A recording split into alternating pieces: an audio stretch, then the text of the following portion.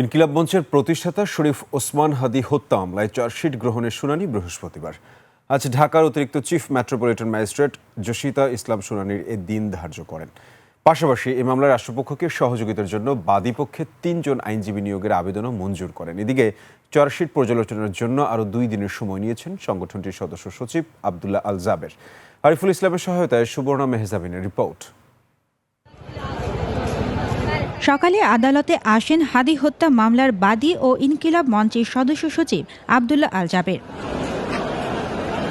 পরে মামলার বাদী আবদুল্লাহ আল জাবের আদালতের কাছে আইনজীবী নিয়োগের আবেদন করলে আদালত তা মঞ্জুর করে আদেশ দেন। বাদীপক্ষের আবেদনে ঢাকার অতিরিক্ত চিফ মেট্রোপলিটন ম্যাজিস্ট্রেট জসিতা ইসলামের আদালত 15 জানুয়ারি চার্জশিটের গ্রহণযোগ্যতা বিষয়ে শুনানির তারিখ ধার্য করেন। এ সময় বাদীপক্ষের আইনজীবীরা চার্জশিট পর্যালোচনার জন্য 2 দিন সময় চান। পর্যালোচনা শেষে আগামী বৃহস্পতিবার তারা চার্জশিট গ্রহণ বা নারাজির বিষয়ে সিদ্ধান্ত দেবেন বলে জানান। পরে আদালত তাদের আবেদন গ্রহণ করে চার্জশিটের গ্রহণযোগ্যতা শুনানির জন্য আগামী 15 জানুয়ারি দিন ধার্য করেন। চার্জশিট দাখিল হয়েছে এবং এই চার্জশিটটা অনেক বড়।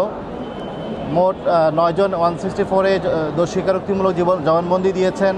17 জন আসামি, আরও কোনো আসামি আছে কিনা, কে কি বলেছেন, কি এভিডেন্স এসেছে, সব কিছু পর্যালোচনা করে এরপরে আমরা শুনানি করতে চাই। এই জন্য আমরা কোর্টকে বলেছি যে 2 দিনের জন্য অ্যাডজমেন্ট করতে।